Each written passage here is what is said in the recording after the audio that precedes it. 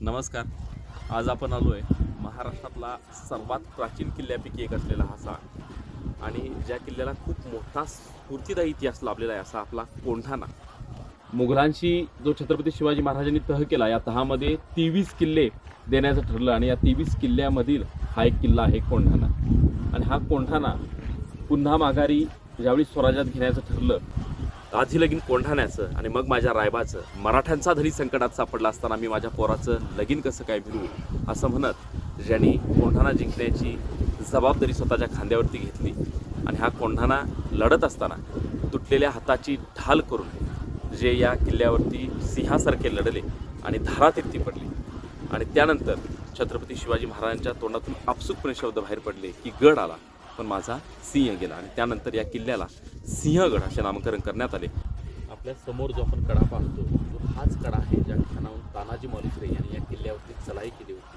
आपण पाहू शकता अत्यंत अवघड अशी चढाई होती आणि याच ठिकाणाहून तानाजी मालुसरे यांनी गडावरती प्रवेश केला आणि उदयमानावर त्यांनी आव्हान दिलेलं आहे. आणि या ठिकाणी त्यांचं घनघोर युद्ध झालेलं आहे आणि त्यामध्ये तानाजी मालुसरे यांनी गड जिंकलेला आहे पण ते स्वतः धारातीर्थी पडलेले आहे.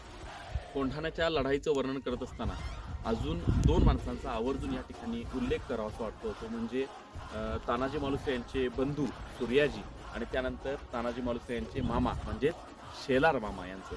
तानाजी मालुसरे ज्यावेळी या किल्ल्यावरती धारातीर्थी पडले त्यावेळी सरदार पडले अशी वल्गना झाली आणि त्यामुळे पूर्ण मावळे माघारी फिरले आणि सूर्याजींनी माघारी फिरणारे दोर कापले आणि या मावळ्यांना प्रेरणा दिली आणि ही लढाई अखंडितपणे चालू ठेवली. आणि त्यानंतर शेलार मामा या म्हाताऱ्यानं